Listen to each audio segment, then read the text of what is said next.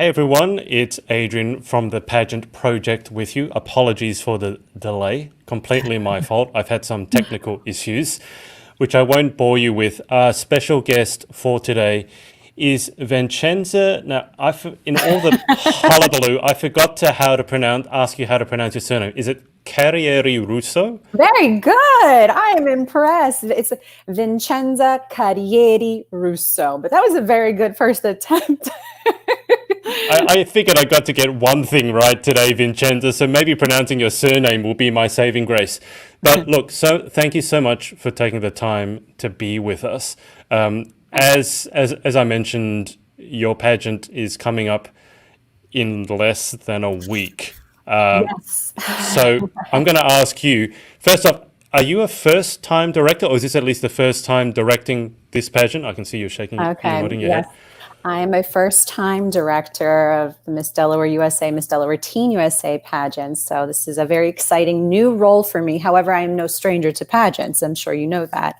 I've probably have worn almost every single hat that you could wear in putting together and producing a pageant, whether whether I was a contestant, a judges coordinator, a host. Actually, one of my favorite leadership positions was being a host for multiple pageants and productions. I would say that's my passion that I enjoy doing. But then I've been a choreographer, I've been a judges coordinator, a chaperone, you name it. I have had the opportunity to experience multiple roles in putting together a live production, a pageant, and I love every element, every component, everything that goes into producing a pageant. It's something that it's true to me. It's a passion of mine, and I'm actually very honored that I have the privilege of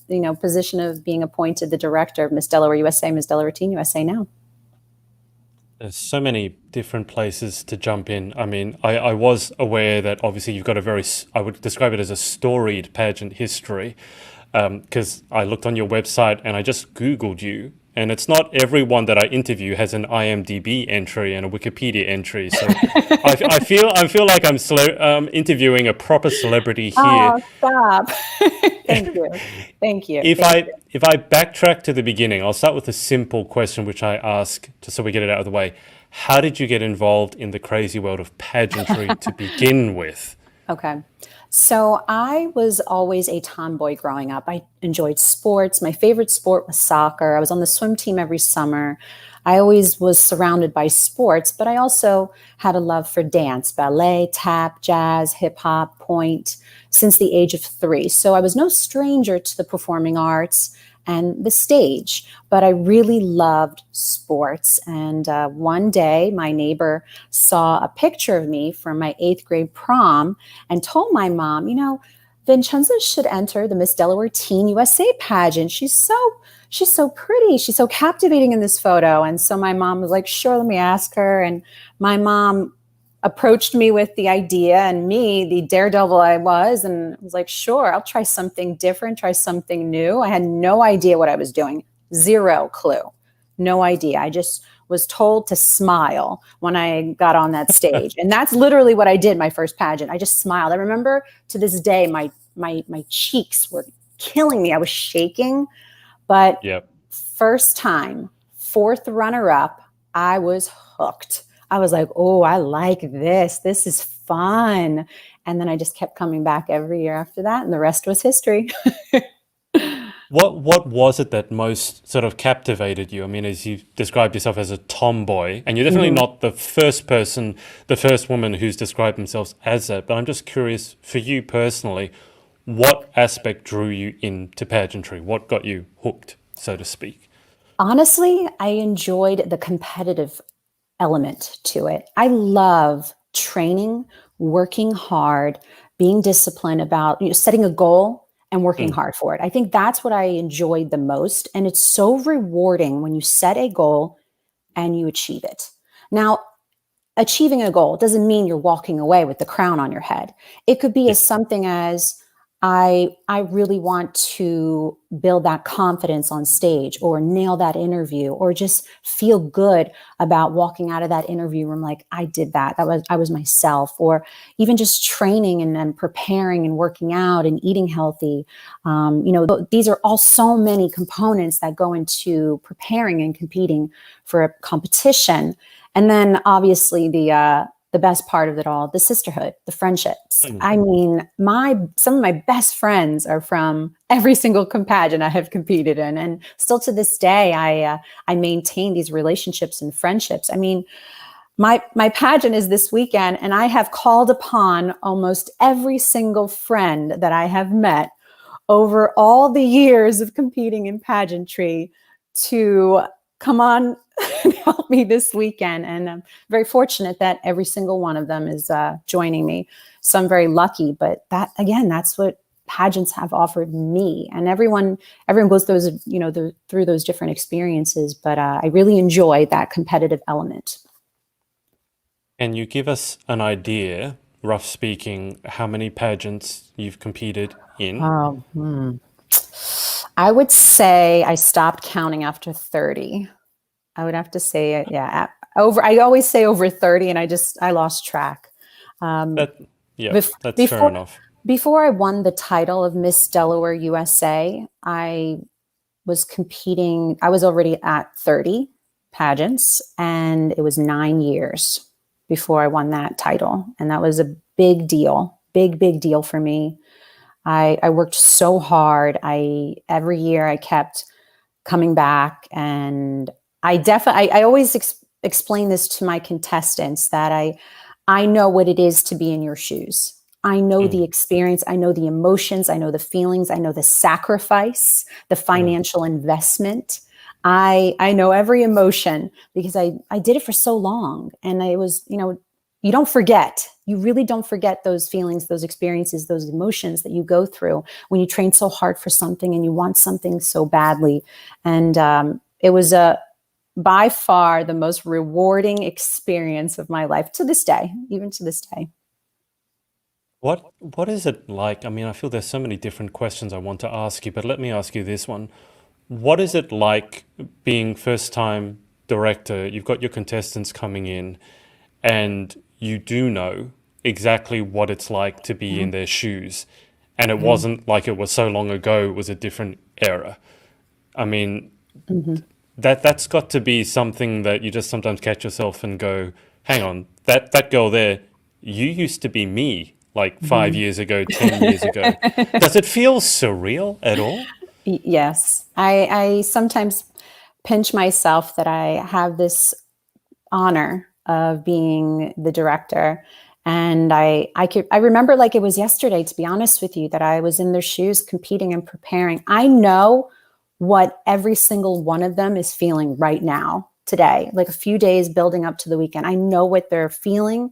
I know the emotion, the anxiety, the adrenaline, the nerves. I feel it, and I'm excited for them. And I almost want, I feel like I'm their cheerleader. Like, I'm the type that believes in, positive energy, uplifting, making sure that you're that support system in a sense where you're always encouraging. I think that's really, really important. And I want to make sure that I apply all of that as the director, that I'm encouraging to every single one, because I do know what it feels like to receive that and how important it was to receive that, especially the week before pageant weekend.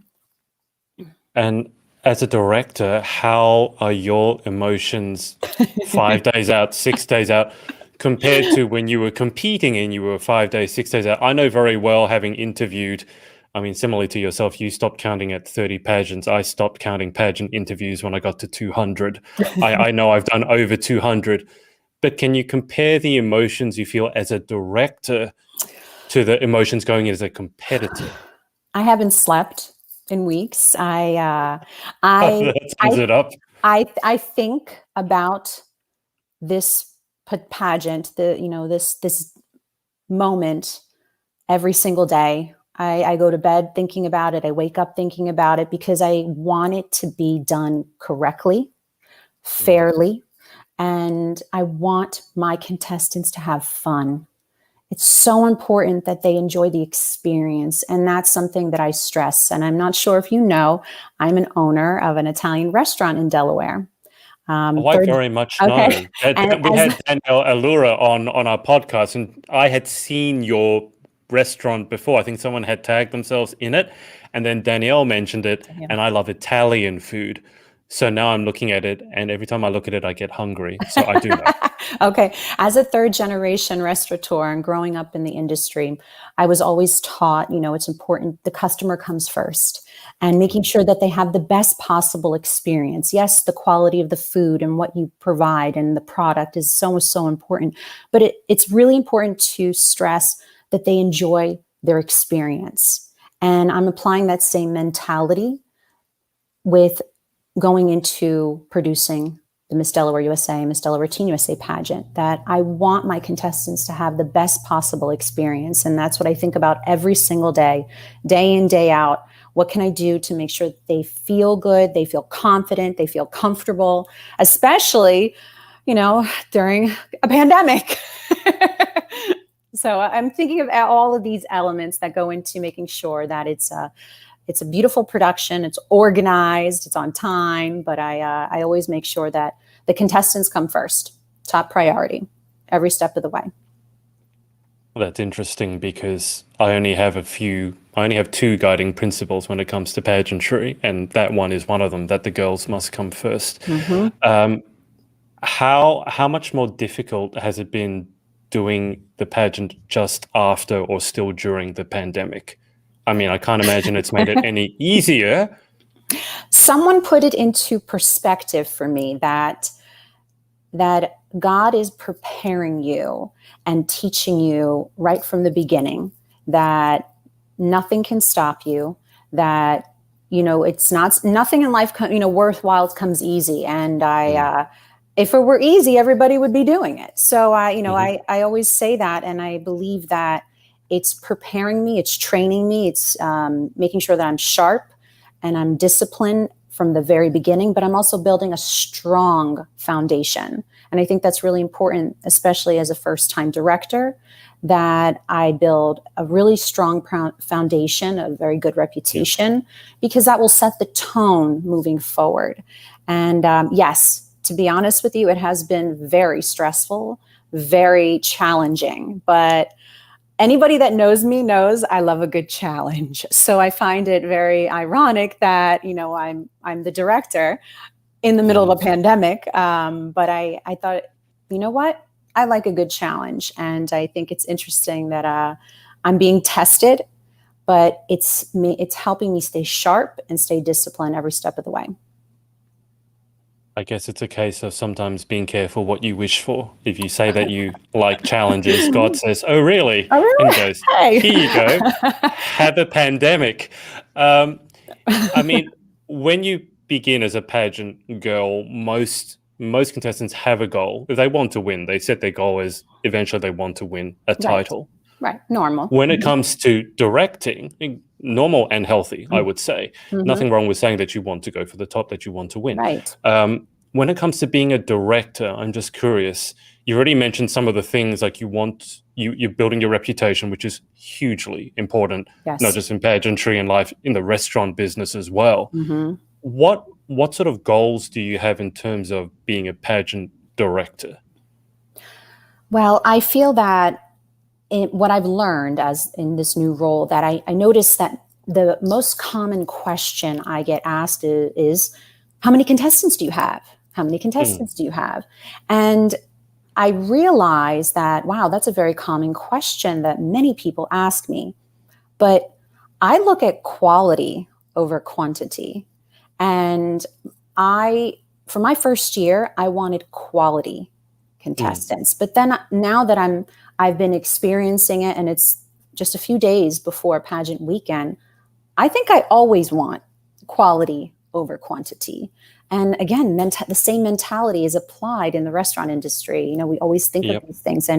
And I think having quality contestants is so important because, again, that sets the tone. They are it's almost like they're a representation of you when they walk out on that Yeah. stage. And I feel that that's really, really important. And I'm sure you've given thought to this, but for your contestants who are watching, what is it that you are most looking for in your representative? Like, what are the 1, 2, or 3 absolute must-have qualities that if they want the chance to represent you and represent themselves and represent their state, what are the most important things that they need to possess personally? Committed. The first word that comes to my mind, I'm looking for that commitment. I have sacrificed so much to produce the Miss Delaware USA, Miss Delaware Teen USA pageant, building it from the ground up. And I have made it a full-time commitment. And I would hope that my new state winners, my title holders, will do the same in return, that they will be committed to the program, committed to the title, committed to the job, because it is in fact a job. Yeah. And I know what it felt like being Miss Delaware USA.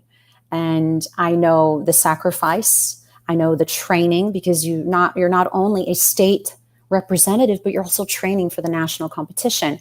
And so that's really, really important that you take everything seriously and you don't take it for granted, because I know for a fact there are millions of girls out there that would kill for that job.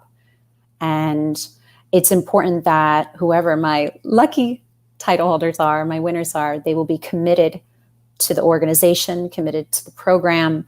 And it's important that they also show that appreciation for it and never take it for granted. Well, that sounds like a good place to start is with commitment. Vincenza, just to change tack slightly, as I mentioned, I like to research before I do an interview. And when I had the misfortune of Googling your name, and I say misfortune because I was inundated with so much information, I didn't know what to do with it. Can I just ask as a basic question, when someone asks you, Vincenzo, so what do you do?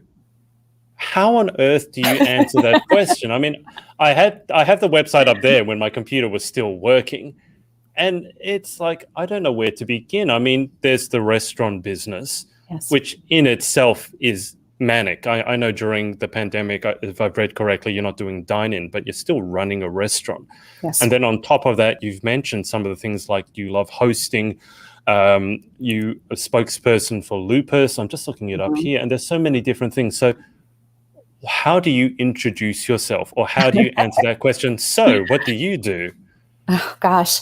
So today, I would say that I introduce myself as the owner of the M Bistro, which is an Italian restaurant in the northern part of Delaware. I'm also the co-founder of a nonprofit literacy organization called Success Won't Wait. And now my new position as director of the Miss Delaware USA and Miss Delaware Teen USA pageant. Okay. So I would say those are the 3 today. I understand that. And is it possible to paint sort of how you went from entering that first pageant to where you are now? I know not everything might tie into pageantry. For example, with the restaurant, I don't know if that ties into pageantry. But if you can go back to when you first entered pageant to where now you're doing so many things, can you give us like a basic understanding of how that happened? I think you're the very definition of a multi-passionate person. Thank you. Thank you. I'm very passionate. When I put myself in a position and I dedicate myself to a particular project or, a job, I always give everything. I always give 100%. I'm committed. Back to that word, I'm committed to it. And I always was taught to never give up and always finish what you start. So I'm always dedicated. I'm always very, and I enjoy, here's the thing. I think this is also why I enjoyed pageantry so much. I love working hard for something. I love that feeling of setting a goal and working hard for it, because the feeling of achieving that goal is so rewarding. And it could be as something, as simple as opening a restaurant. That's not simple. Something That's as not simple. simple. But I was gonna say, it's not simple, but it could be, as going to the gym. I'm setting a goal. I'm going to go to the gym 3 times this week. Boom, done. I achieved that. It's very rewarding. With the restaurant, I set little goals, and that's what I was getting to. I set small goals, and it could be something as implementing a special, introducing something new to the menu, or a marketing idea for social media, or marketing for the website, or changing a look with, advertising, or changing something within the restaurant. So, those are the simple tasks. Yes, there's the big task of actually opening it, but there's so many smaller details that I enjoy working towards. I enjoy those working, setting that goal and working towards something. So and I apply that same mentality in everything that I do. And I think that that's why my motto is, it's better to be busy than to be bored. And I always have been like that since I was competing in pageants. And I've always, still to this day, I love being productive. But it is very, very important to schedule time to rest. I have learned the hard way many, many times. And I think tying in lupus, because I do have lupus, and I think that lupus has taught me to press the pause button, because it's really, really important to schedule sleep, schedule rest, and make sure that you reboot. It's really important to restart, reboot, and refresh. So I've learned to do that. And I think with having lupus, it has taught me that. And I feel that's so, so important, especially if you have so many goals that you want to achieve and you want to do them correctly. And it's important to make sure that you're well rested. 100%. I was reading a study somewhere that one of the most important factors in good mental health was actually having regular sleep habits, and that actually one of the worst things you can do is have a nap in the middle of the day and then go to bed really late and wake up early. It ruins your rhythms. Did you know from a very early age, and forgive me if I've read this and I've forgotten, but the diagnosis of lupus, when did that occur? So I am 10 years now. So 10 years ago, I was officially diagnosed with lupus. And for those of you who don't know, lupus is an autoimmune disease. There is no cure. There's no way of predicting or preventing. If you get it, they say, studies have shown that it may be hereditary. It may be something that trauma to your body that causes it to wake up, because it's something that there's still so much research being done on it. And it's debilitating. It is. It's debilitating. It's a chronic illness. You live with pain every single day, and there's all different levels. Some days you can be fine, and some days you can be so in so much pain that you can't even get out of bed, or you need someone to help you walk, because it's so debilitating. But again, there's the symptoms of lupus. They're endless. And there's the extreme cases with it that it attacks all major organs: your heart, your lungs, your brain, your liver. So it's very, very important that you're always monitoring. But when I was first diagnosed with lupus 10 years ago, it started off with excruciating pains in my hands. And that was something that I was like, why do my hands hurt so much that I can't even write? I can't even lift anything. It was so painful that, again, it felt like they were just numb. I couldn't feel them anymore. And that was the first sign. And then other signs started to come up. But then I started to do homework, and I started to research, and I went to multiple doctors. And I would have to say, being very aggressive for 6 months straight, that's when we came up with the diagnosis. And again, what I mean, we meaning multiple doctors, we came up with the diagnosis with lupus, and I'm always monitoring. So I have to go to the doctors probably every 6 months. I have to go through a series of blood work tests. to make sure that, we're monitoring all of my major organs, my blood, I have to be very in tune with my symptoms. It's very important that I journal if I'm having a pain, whether it's in my leg or my arm or my skin. I have to be very conscious of. The sun has become not my friend. I'm Italian. I grew up Yeah. in the sun, and but over the years, I realized that the sun could really be hurtful to me. So I have to be very, very mindful when I am outside. I'm always wearing SPF. I have sunglasses on. I have a hat on. So these are all small changes that I've had to make over the years in order to live with lupus, because it's very frustrating, because again, it's not like they give you a book on how to live with lupus. Like they don't. It's actually very frustrating. So, but I believe that, it's important to make lifestyle changes. And I that's what I had to do in order to juggle everything that I'm doing. Well, it certainly sounds like you haven't let it stop you. I mean, you're doing more than 99% of most able-bodied people that I know. I mean, when you were officially diagnosed, I mean, you strike me as someone who, I mean, you've already said that you're very productive, let's say an achiever, A-type achiever. When you got that diagnosis, what was the emotional reaction to it? Was it kind of like, oh yeah, that makes sense now, what do I do with it? Did it hit harder than that? I'm just curious. I fell into a depression.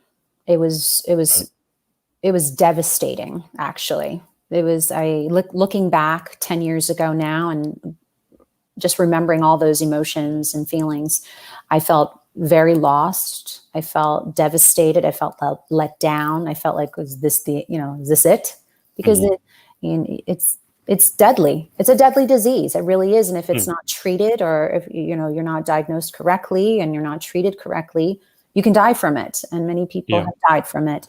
But I remember fighting it and being in denial and like, no, I don't have lupus. This is not going to stop me. But when you have doctors telling you, you need to stop what you're doing, you are doing too many things, you need to stay away from stressful situations.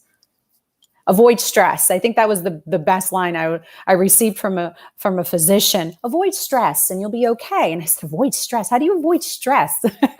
So Like you go seeking it out, is it? yes, I don't look for it. But stress induces flare-ups and can cause your body to really respond poorly. So in denial with the initial diagnosis, I fell into a depression. I was lost. I was told that I had to stop everything. I had to stop dance. I had to stop pageants. That was hard to hard news to receive, and give up. I was told I had to give up everything that I was doing, and I didn't want to hear that. So it took some time accepting that I had this autoimmune disease. And I did some research, and I decided, you know what, it's my job to educate myself about lupus and what it is and how it affects an individual. And I felt, instead of being, oh, poor me, everyone feel bad for me, I was thinking, no, I don't want to be that person.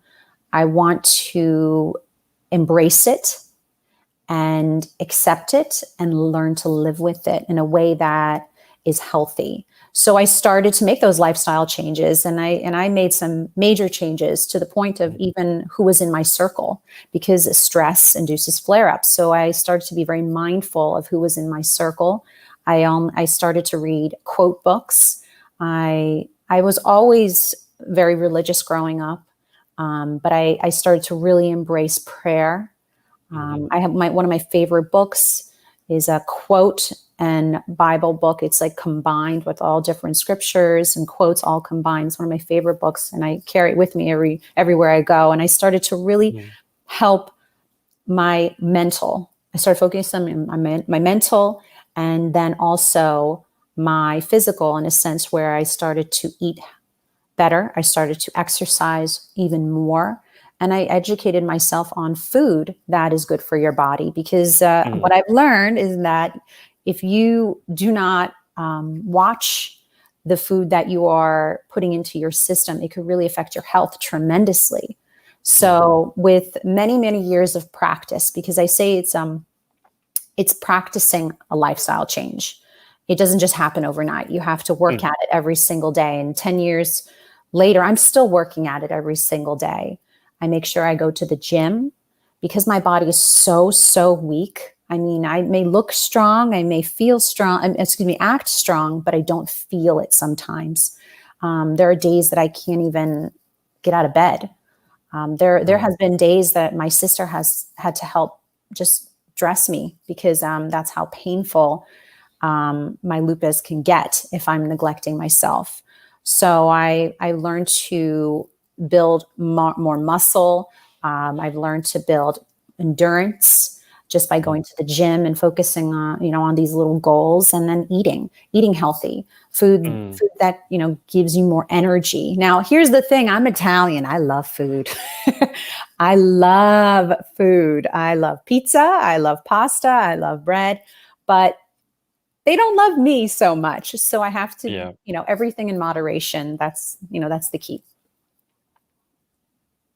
Can I just say, I think it's amazing that you went through such a difficult time and that through it all, you really weren't complaining about it. I mean, there's sometimes these days a victim mentality. People want to, point out their problems and, feel sorry for me. So, and, it could be like they stubbed their toe or they got stuck in traffic. And I just think it shows a huge naivety that, there are massive problems going on in the world, much bigger than, they got the order to your Starbucks wrong.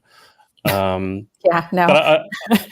I mean, it's also a balance between learning to ask for help as well. You don't want to be that strong, silent type who never asks for help, because then something could be wrong, as in your case, it was a diagnosis. And if you don't communicate to anyone, that never happens. So has there sort of been a balancing act for you, learning that sometimes it is okay, in fact, to ask for help? Absolutely. It is 100% okay to ask for help. But I've learned that you should never take advantage of others, and be very conscious of that. I always remind myself that other people's time is valuable. Don't take it for granted, and make sure that you show that you are appreciative. That's something that I've learned throughout the years, that when I ask for help, I always make sure that I say thank you. Those simple words that are sometimes forgotten. And I always believe in thanking the ones that help you. And it could be a simple task as helping you get to a location, or coming with you to an event, or just helping you lift something. I may look strong, but like I said, I'm physically, I have a hard, I can't lift a lot of like tables at the restaurant. So I have to be very careful. So just asking for help, with those simple tasks, making sure that you show your appreciation in return, because I think it's important that you're always mindful of how others feel.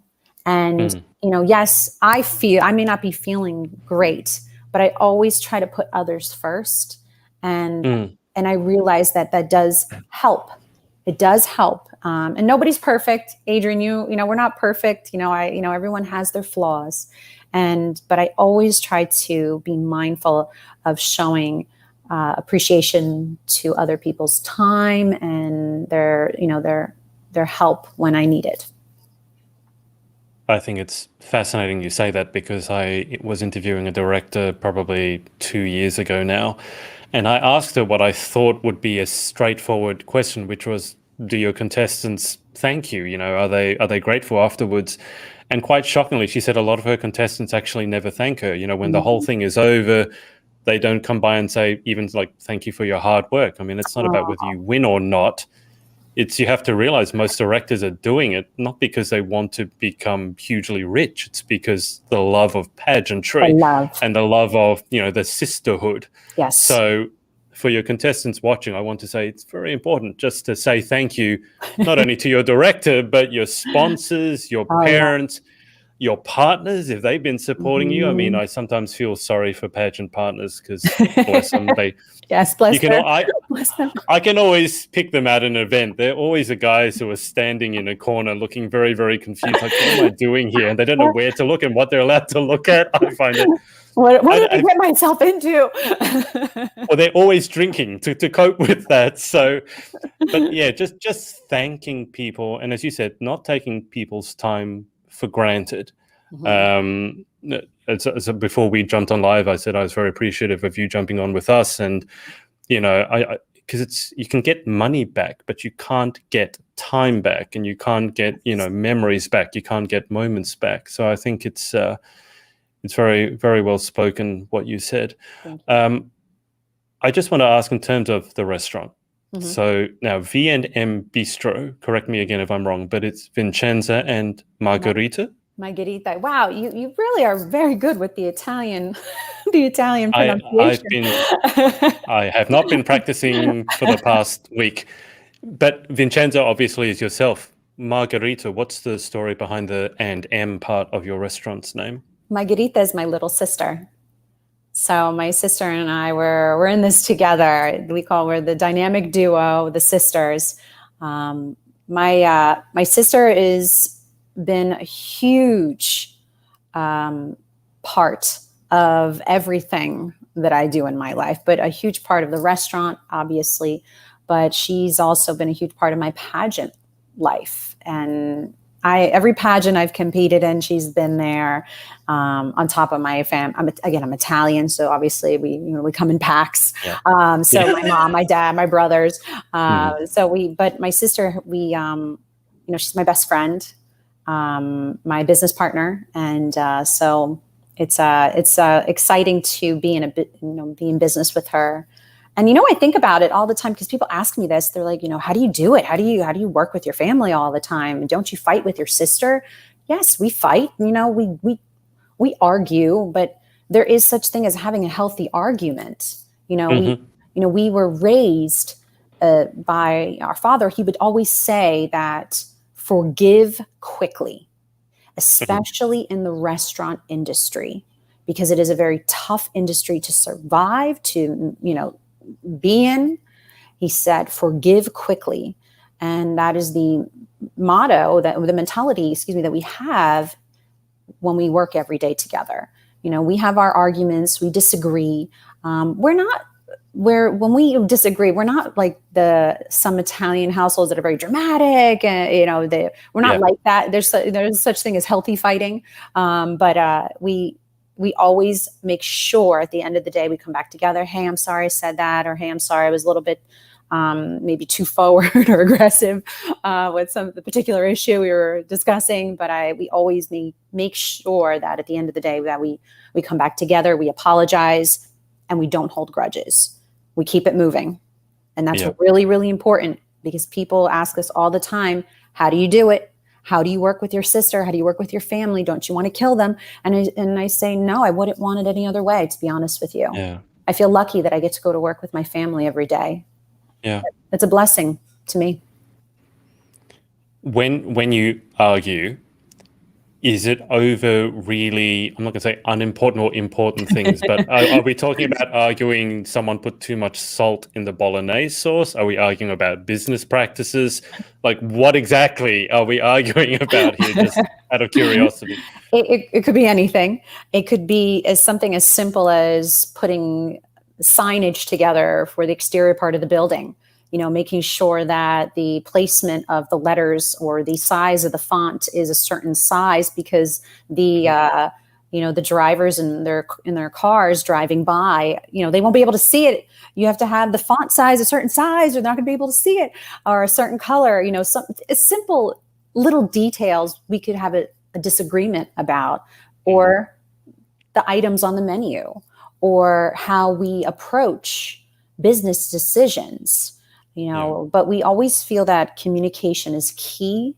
And this is with anything, communication is key. But when you are in business with someone, it's really, really important to communicate with your business partner, especially difficult difficult topics, or difficult decisions. Very important to weigh out all your decisions, brainstorm.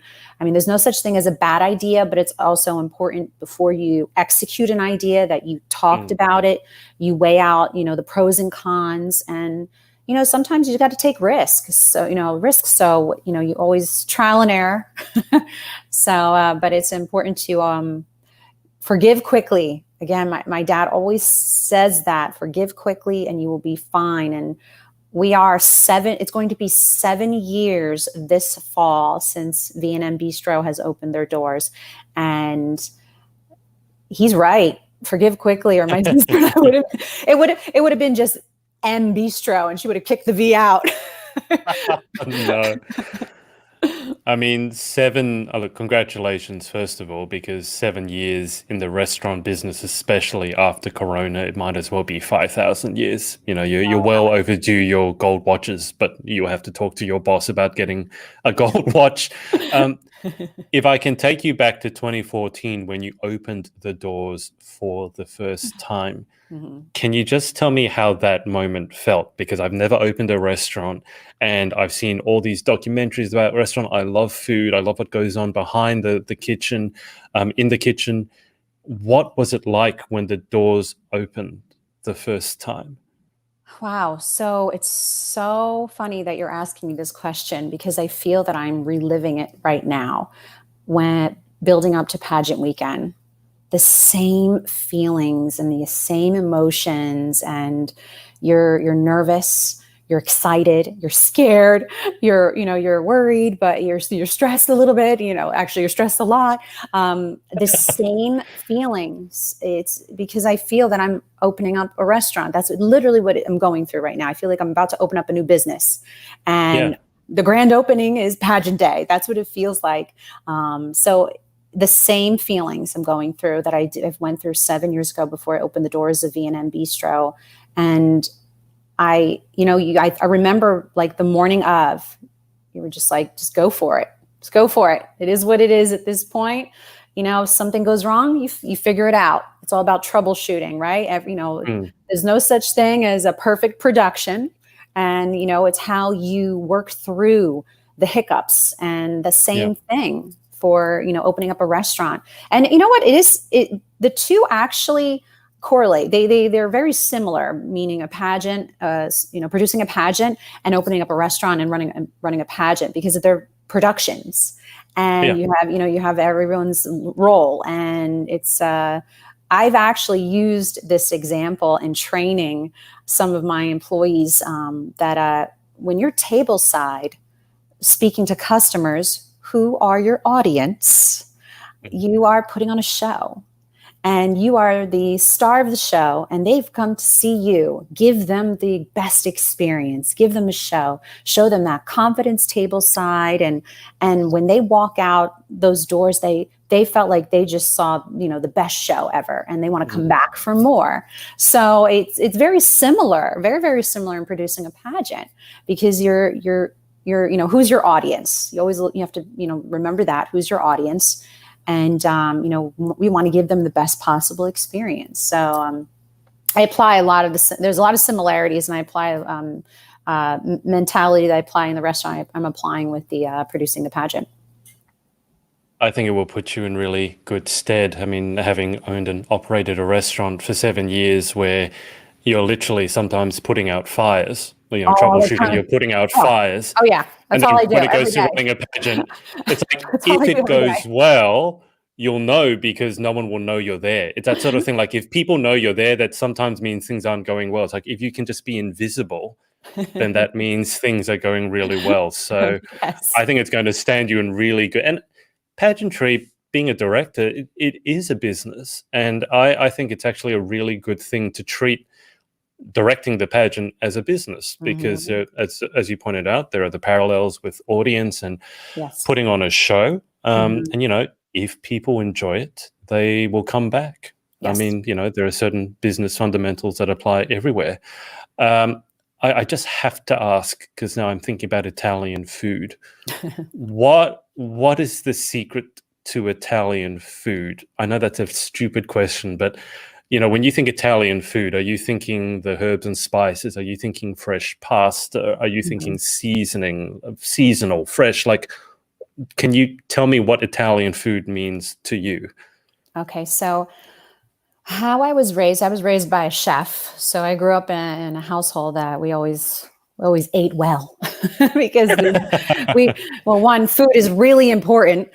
We take it seriously, but I think it comes down to the quality of your ingredients.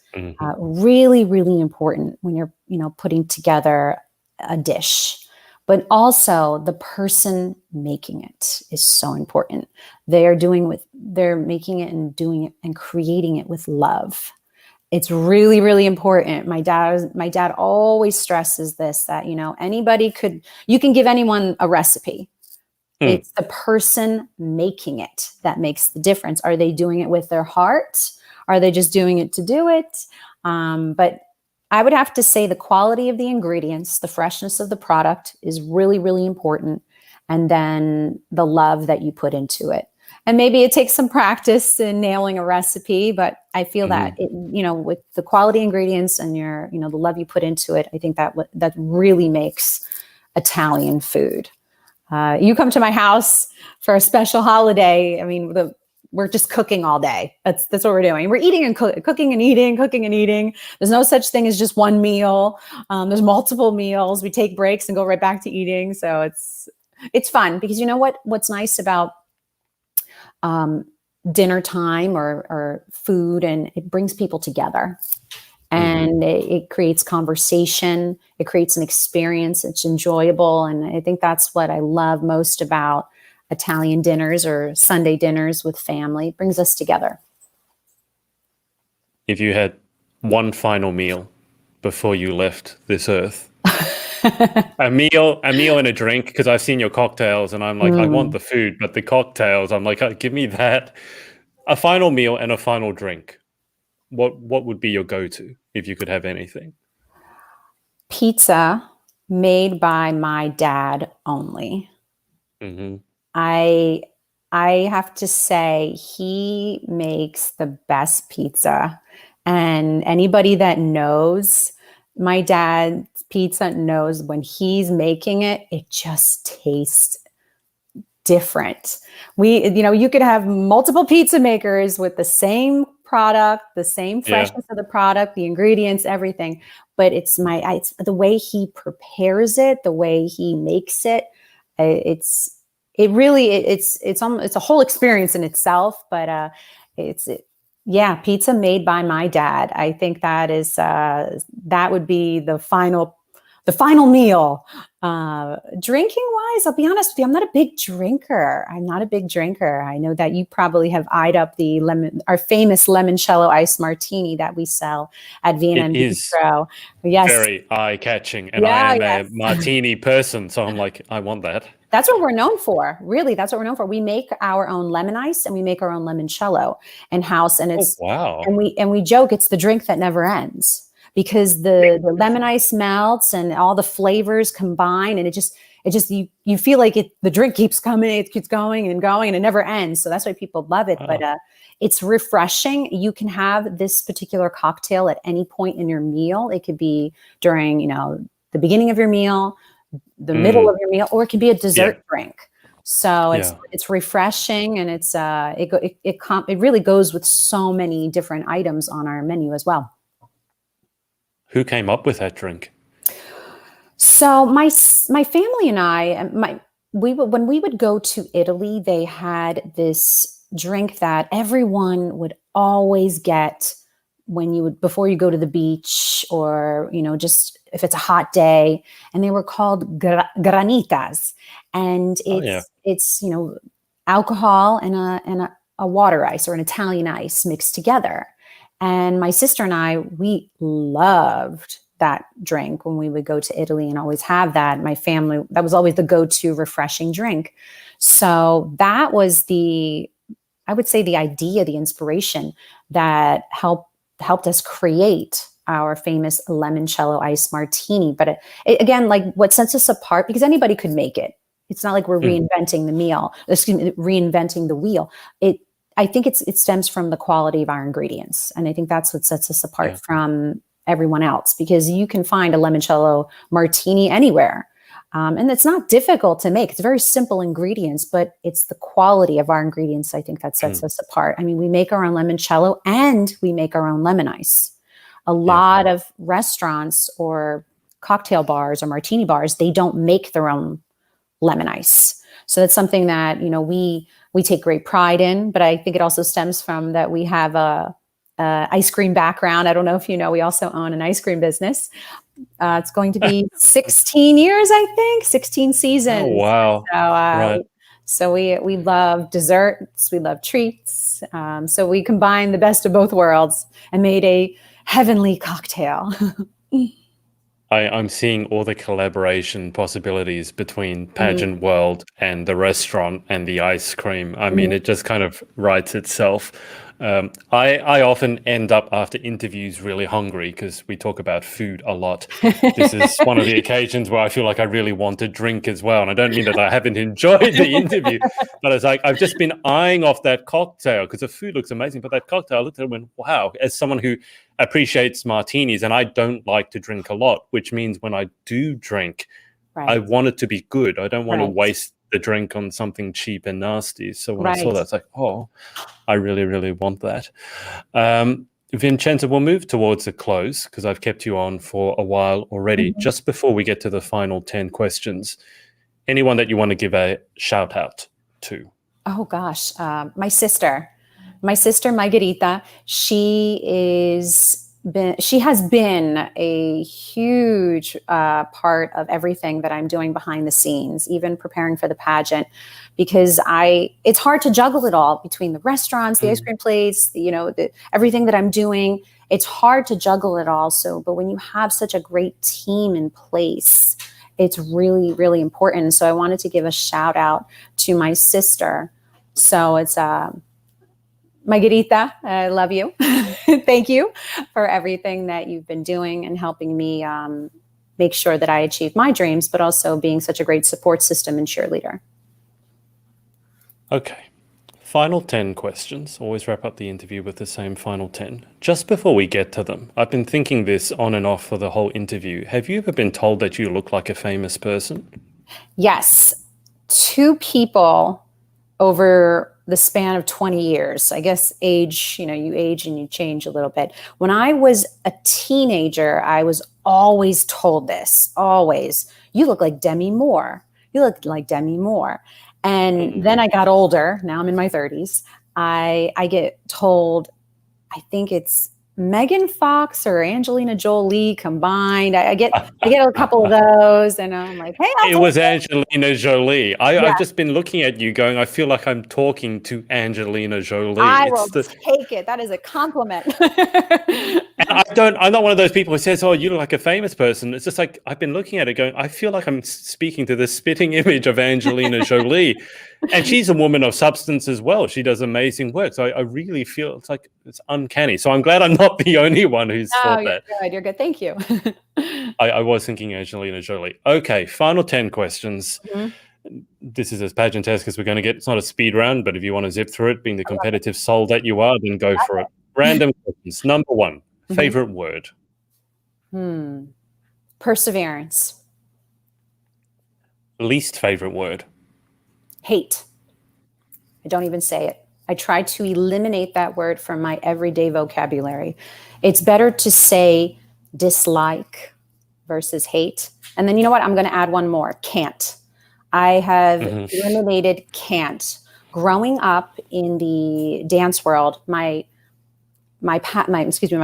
dance teacher always taught her students, never say I can't. And still to this day, I apply that. Never say you can't, say you will. Maybe it takes you a little longer or you have to take extra steps to get there. So hate and can't out of the vocabulary. Similarly, I use those words. I hardly use those words at all. Hate in particular. I just find it to be way too strong a term and a very sort of permanent term.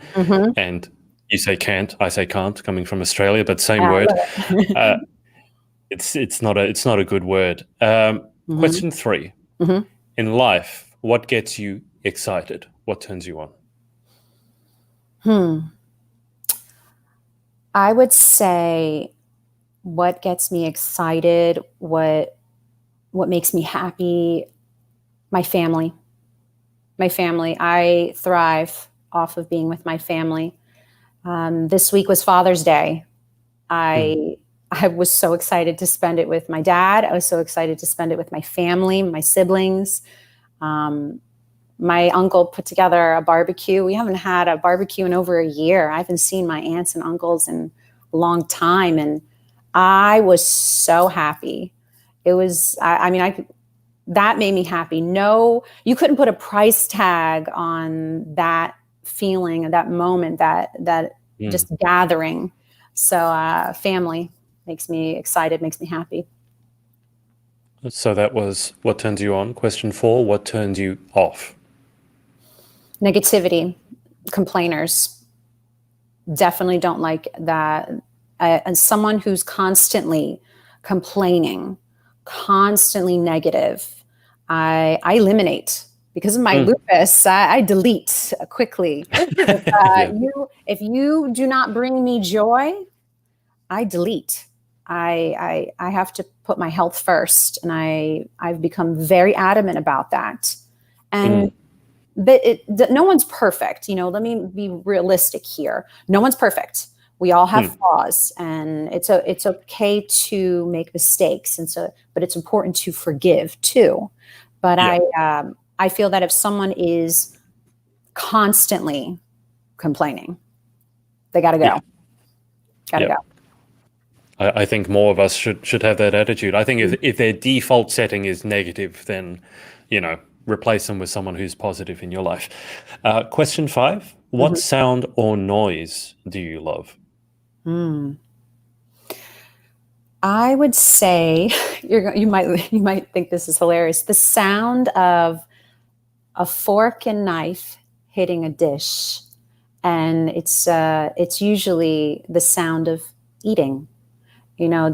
That's the sound. You can tell when someone is enjoying their meal, and you just hear that sound of the fork and knife hitting the dish, and Yeah. there's no talk. It's just eating, and that's always a good Yeah. sign. They're Yeah. enjoying their meal. Yeah. They're too busy eating their meal to be talking. Mhm. That's a good sign. Question 6. What sound or noise do you hate? Hmm. Sound or noise do I hate? Whew, that's a tough one.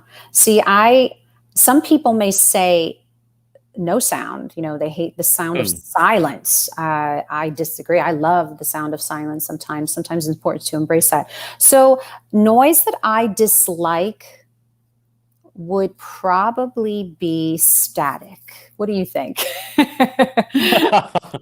Well, after the beginning of our interview, it's like, yeah, yeah. After you listen to that for like half an hour of your own podcast, it's like, yeah, I can definitely sympathize No. with that one. But it's It's a not a good big, choice.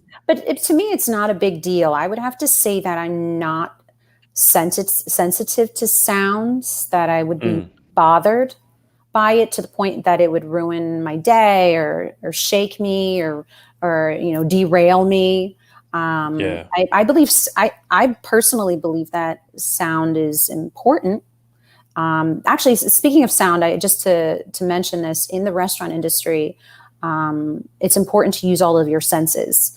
Yes, it's important Mm. to see, smell, touch, but more important to listen to different sounds in the restaurant industry, because you could tell if something's going wrong. But Mm. sound is good. Noise is positive in the restaurant industry. Noise means business.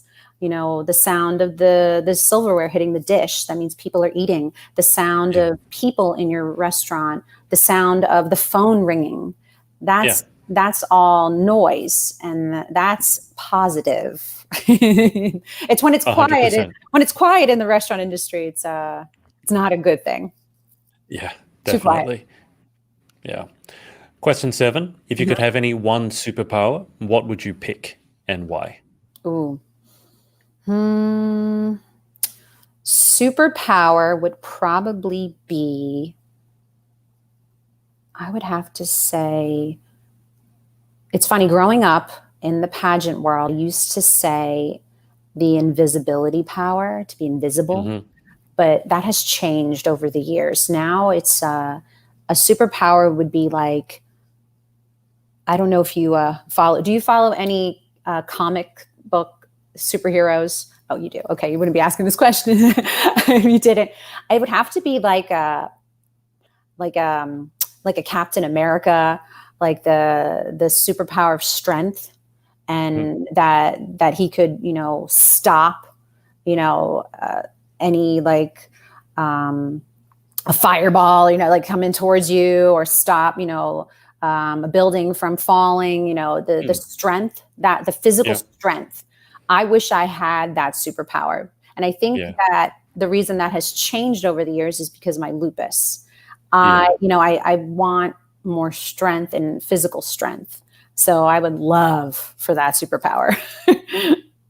Well, I mean, he got it from a super serum, if I remember correctly. So if you can just get your hands on some of that, then be all good. Sign me up. Yeah. Question 8, this is going to be a difficult one for you because you've done so many things, but what job or profession other than your own would you most like to attempt? Oh, gosh. Is there anything left on the list? Because I got to believe there can't be unless it's going to the moon. Yes, I have one. It's been on my list for a long time. I would love to be an author. My goal is to write a children's book. As an advocate for promoting literacy, co-founding a nonprofit literacy organization, I always wanted to write a children's book. And before COVID, I was already in the talks of putting it together. I met with a publisher. I was ready to execute the steps, and then COVID hit, and I had to unfortunately put that on hold because my livelihood was at stake. My restaurant was falling apart, and for many that don't know that, I'm sure everybody knows, restaurants were hit really hard.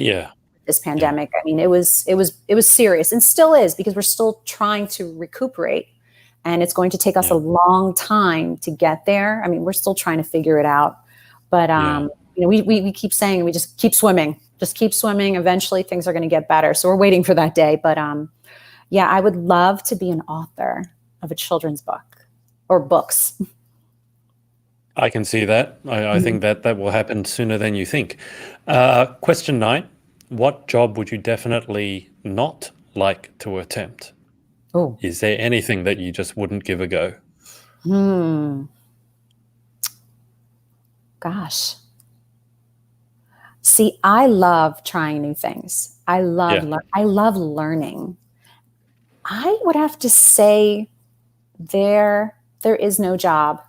I'm a hustler. I like to work. I like to earn what I have in my life. I like, it's rewarding in itself. I'm not a fan of handouts. I'm not a fan of a free handout. I'm not a fan of that. I feel that it's important to work hard for what you want in life and earn it. So I would have to say anything. It's I wouldn't just put one thing that I never want to do. I love learning, so anything really. 100%. Final question. If heaven exists, what would you like to hear God say when you arrive at the pearly gates? Oh, wow.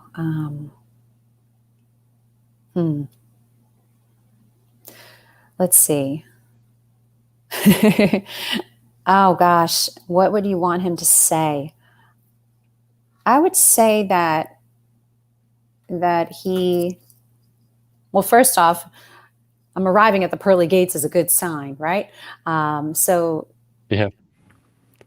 Tim, I guess he would say something along the lines of that you won't have any more pain in your body. I would love for that to be like, I've taken your lupus away, because that would be amazing. Sometimes I put on a face. I joke about it all the time. I put on, everyone jokes, oh, you're too pretty to have lupus. And how do you don't have lupus? And I'm like, well, I wear it well. And, I bear it well. So I would love for him to say that your lupus has been cured. Yeah. That's fair enough. I don't really understand the sentence, "You're too pretty to have lupus," because I didn't realize that autoimmune diseases work that way. But it's because they don't see it. I think that's what it is. People don't physically see that you're in pain or suffering, so it's hard for them to believe. At first I thought it was a joke when someone said it to me. I'm like, oh, it's just a joke. And then 10 years of getting a comment like that, it's regular.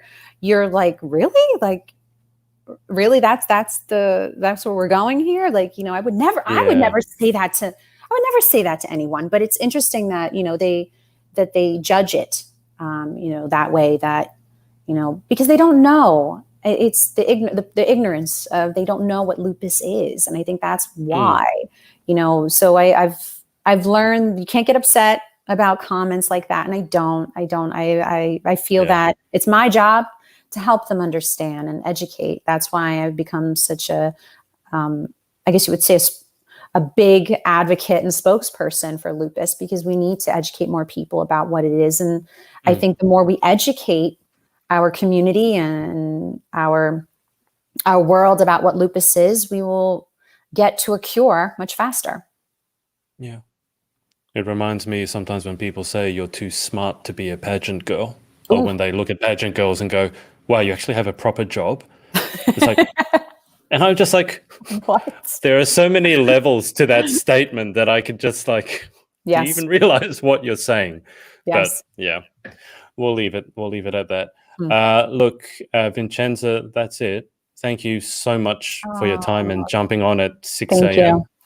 My pleasure. You got me up nice and early. I have a face on today, right? So now I have to really take advantage of it. When I go, you got to go and do something now. I'm going to go do something now. No, I when I go to work, I'll hear it from my employees. They're like, "All right, what interview did you have today, Vincenza? What pageant event did you have to go to?"